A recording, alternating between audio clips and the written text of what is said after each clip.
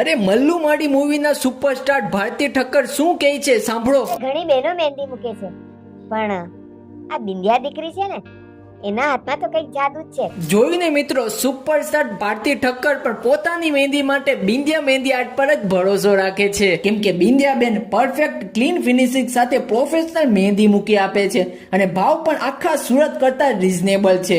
અને સાથે બિંદિયા બેન મહેંદીના ક્લાસ પણ ચલાવી રહ્યા છે, જેથી તમે પણ મહેંદીની સારી એવી સ્કિલ શીખીને સારી એવી આવક કરી શકો છો.